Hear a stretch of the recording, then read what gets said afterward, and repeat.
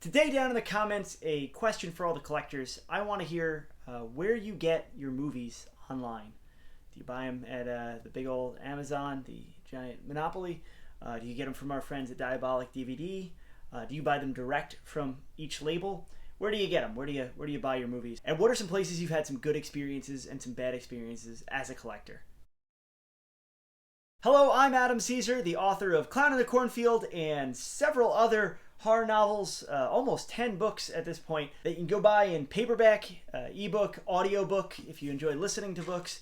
And this is Project Black T-Shirt, the channel where we take a new or a reissue horror movie or horror movies and then pair those with a book recommendation that you will enjoy reading if you like those movies. And today, I spend a lot of time on the channel kind of talking about my favorite Blu-ray labels, my favorite movie companies. I talk about Blue Underground quite a bit. I talk about Vinegar Syndrome. I talk about Arrow a whole bunch. Sometimes I'll talk about Scream Factory. But the one label I haven't really talked much about on the channel, even though I enjoy their stuff, is Dark Force Entertainment. This is director David DeFalco's company, and it runs kind of in conjunction with Code Red. I know he does some stuff with Code Red and he releases some stuff with Code Red through his store. I'm not quite sure how that all works, but now Dark Force, I think, is getting more and more notoriety. Dave DeFalco is putting out more and more stuff, and he's got wider and wider distribution. So I kind of thought it was time to just take 5 Dark Force Blu-rays off my shelf and talk about them. So we're going to run through 5 of those, and then we are going to talk about a book recommendation and a book announcement, which is really exciting. I get to talk about a book that I'm in that has a lot of other kind of top talent in it. And yeah, we'll talk about those and we'll get going. The first movie I want to talk about, this is Dark Force Spine number 14. He puts spine numbers on there because he knows how easy it is to get to me. But this is The Giant Spider Invasion. This is a film that I have a lot of love for, and almost probably too much love. This is a movie that is undeniably a B film, a Z grade film. This is the director of Blood Harvest, Wisconsin's own Bill Rebane.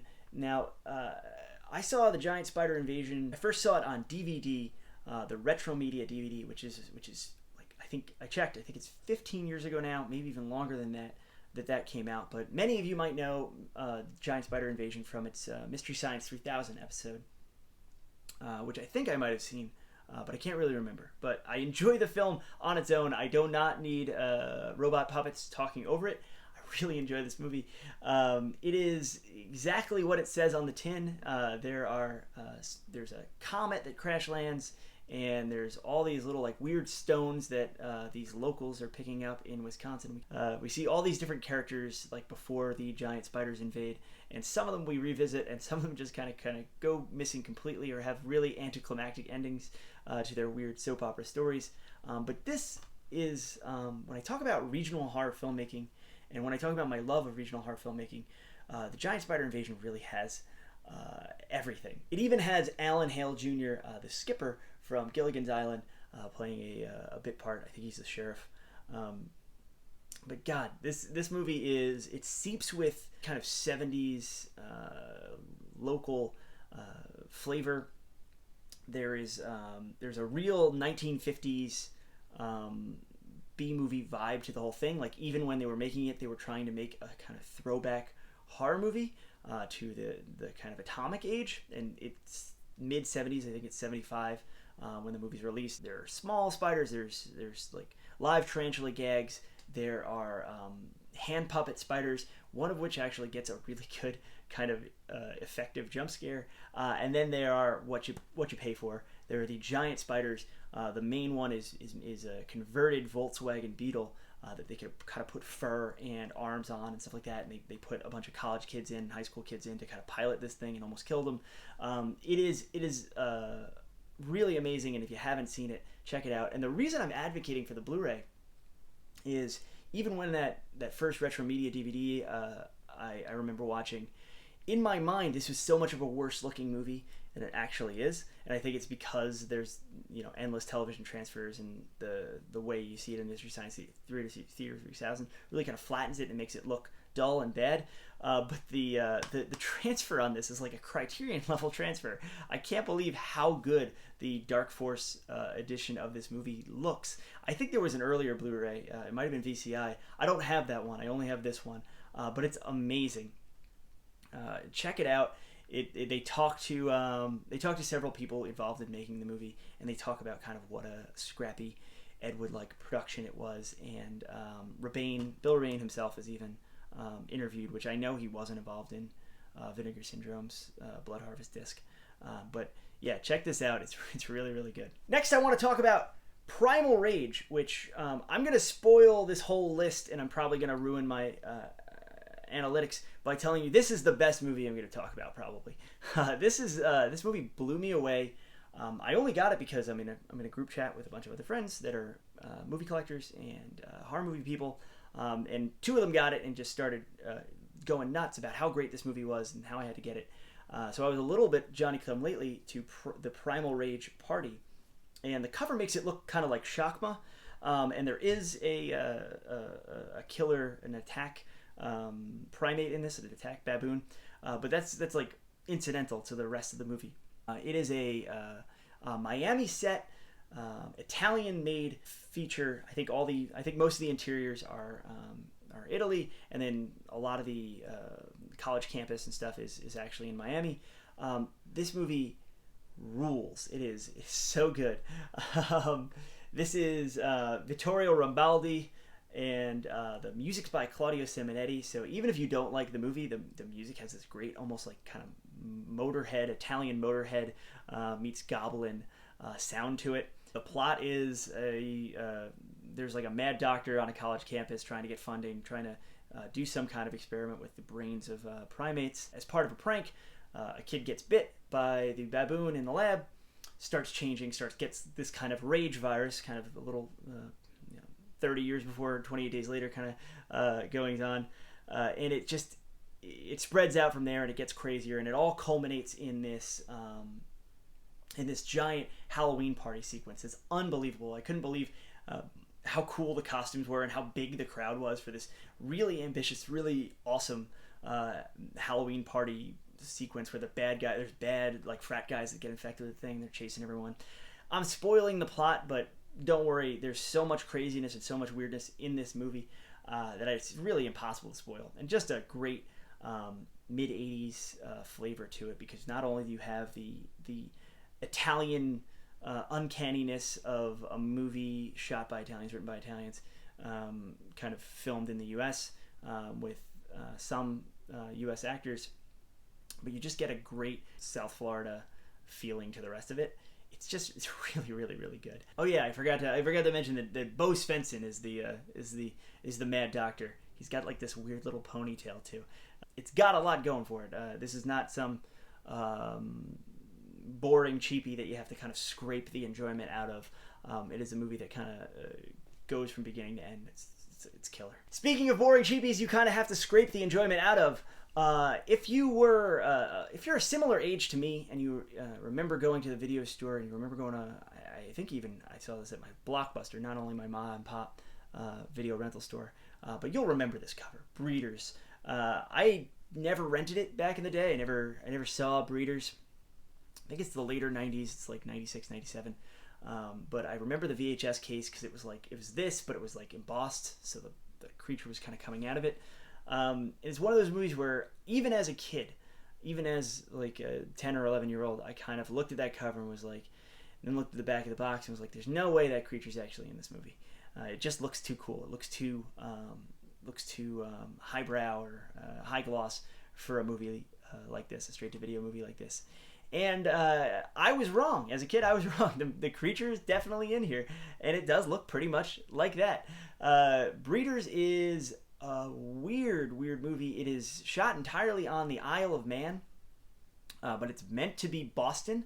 It is at a university, or is it like it might be an all-girls school, but it's meant to be right outside of Boston. But it's clearly not Boston. It's clearly not anywhere in the United States. It is the Isle of Man. No one's accents match each other. It's a very odd movie.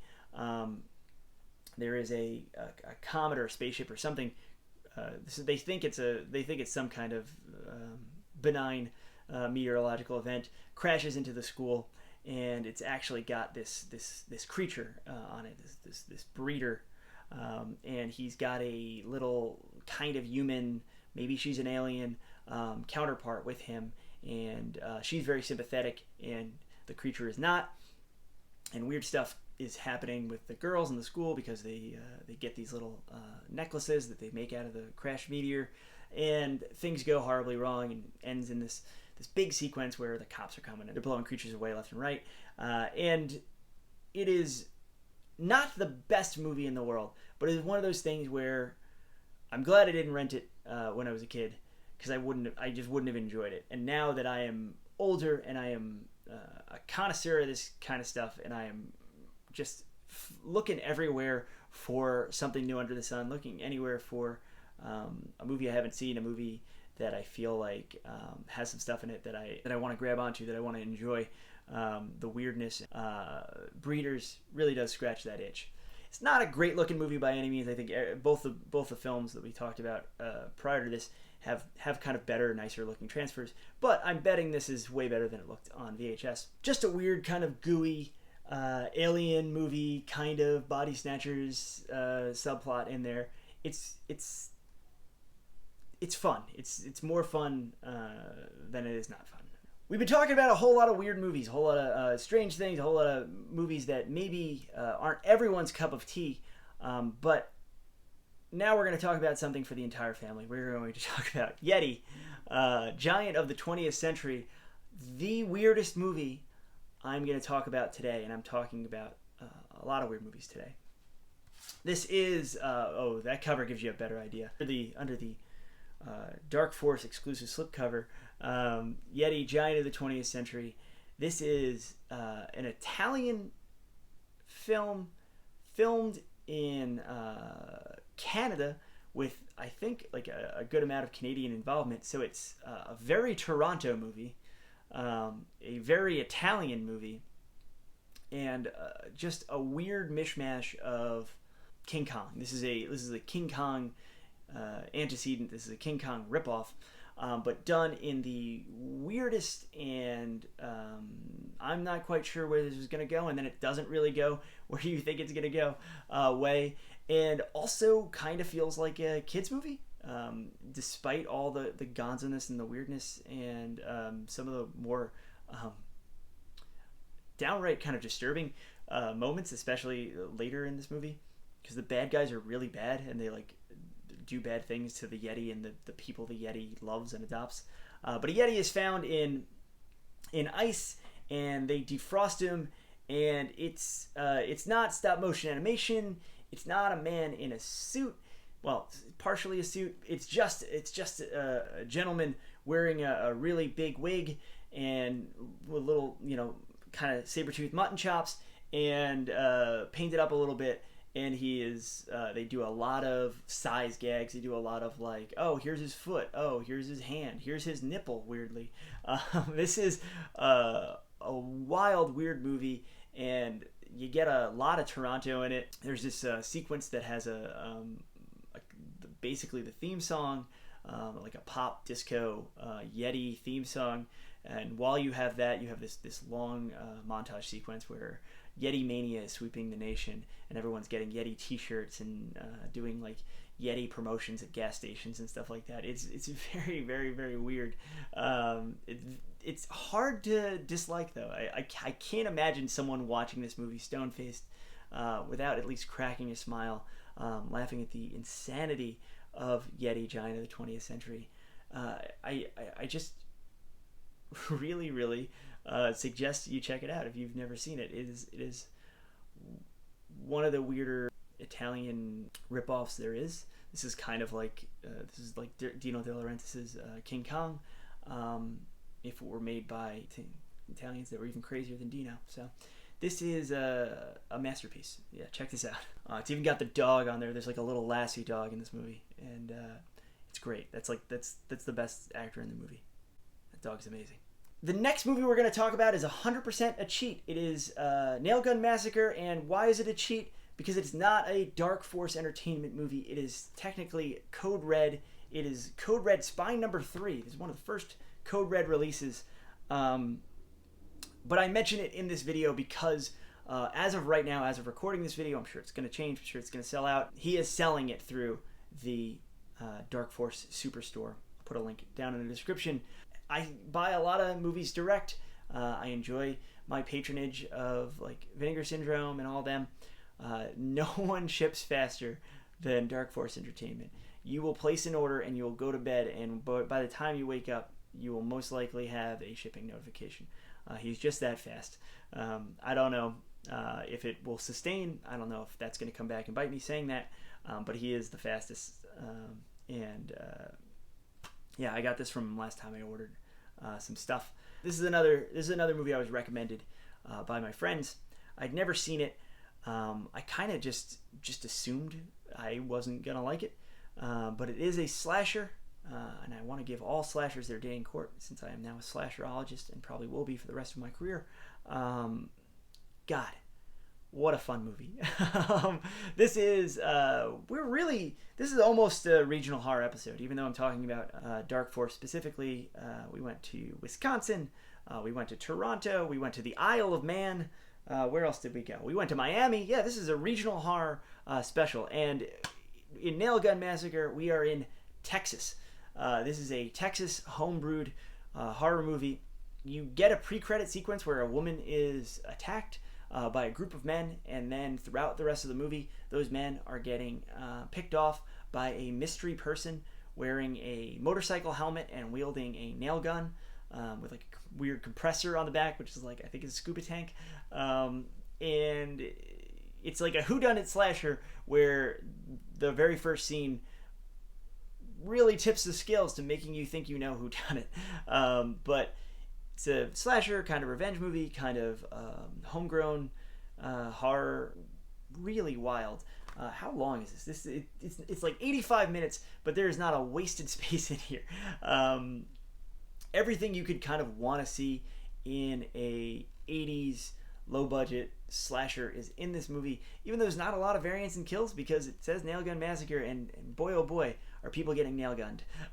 But there's a lot of variance to how that happens, and it's really, really charming. If charming is an adjective that can be used on such a kind of grimy movie. This is director Terry Lofton. He's interviewed on the disc, an interview with the star Rocky Patterson and the director Terry Lofton at Texas Frightmare, and they are interviewed by Joe Bob Briggs, which makes that the most Texas special feature I think I've ever seen. A charming movie. There are a couple of real howler moments. One of the kills is so bizarre and so weirdly reminiscent of, you hear the director talk about how he wanted to do Rambo. He wanted to do a Rambo scene, and boy, he did it.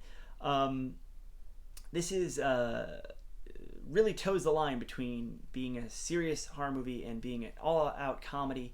And you hear Lofton, he talks about that on the special features, about how they kind of, as they were making it, they were realizing they were not succeeding in making a serious, scary horror film, so they kind of pivoted part way. And how much of that is revisionist history and how much of that is kind of Tommy Wiseau being like, oh yeah, The Room was a comedy, it was supposed to be funny.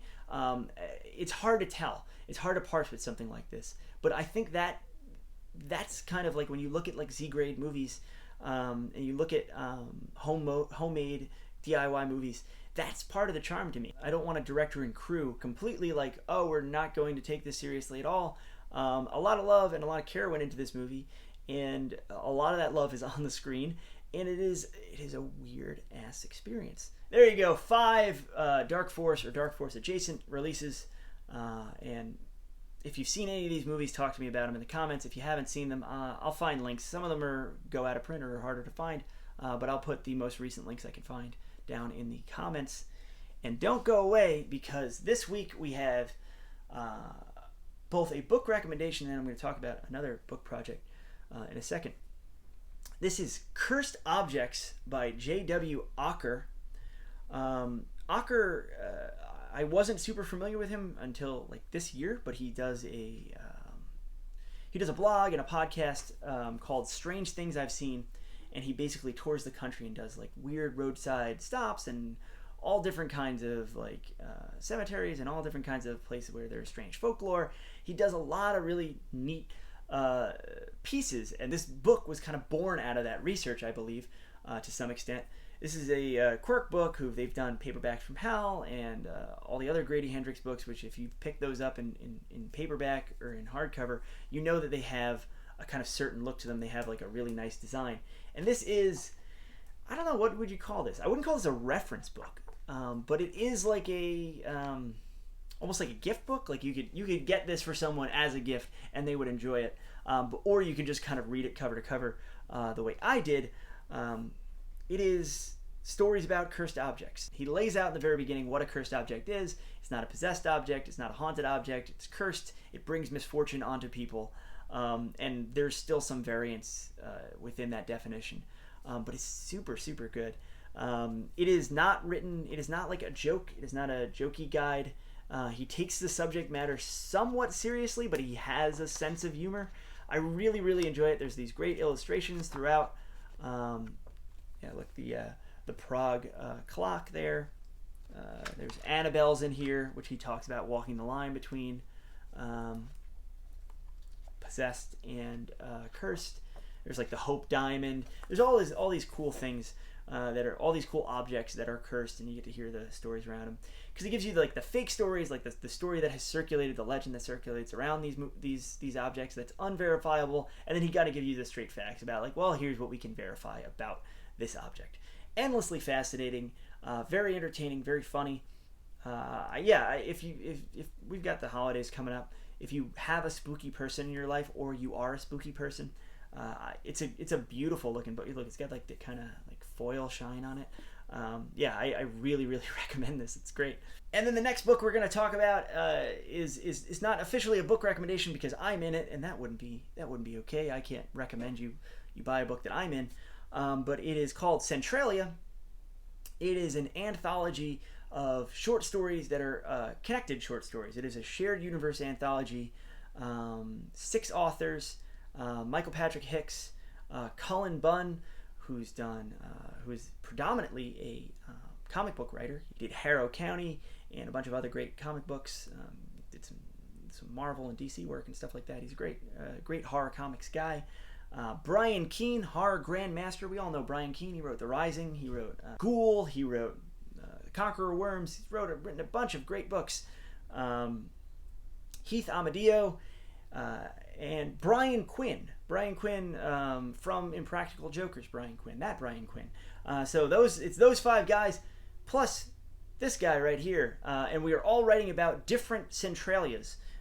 Centralia, PA, Centralia, Pennsylvania is kind of the most well-known one. It is a place where there is still fire, a mine fire raging under the sidewalk, and like the sidewalks are all cracked and stuff. There are a bunch of different Centralias. I think there's about like over a dozen different places named Centralia in the United States, and we all kind of picked a different Centralia and we set our stories there, and eventually there's going to be more anthologies, and these characters are all going to kind of cross over, and they're all going to head towards the one true Centralia, the kind of ultimate evil. They run the gamut. They're kind of supernatural detective stories. They're kind of folk horror stories. There's all different kinds of horror in this book. I think you will really, really enjoy it. It is in paperback and Kindle right now. It just went on sale on Halloween, so just like the day before I'm filming this. I really, really recommend you check it out. If you like any of those authors, if you are a fan of them, or if you like me, what do you got to lose? Yeah, they're really, really fun, and I hope people check it out because I hope we get to keep doing them. I hope we do a sequel and another sequel after that. I'm Adam Caesar. You can find me on Twitter, Instagram, other places, I'm sure. If you like this video and you want to see more videos like it, more videos about books, more videos about movies, all of them horror or most of them horror, go check out my channel, subscribe, like, leave me a comment. If you like my books, if you enjoyed Clown in the Cornfield, if you liked Video Night, if you liked Tribesmen, leaving me a review on Amazon is really one of the best things you can do to support me and help me out and I really, really appreciate it. Yeah, go check them out, and I'll see you next week.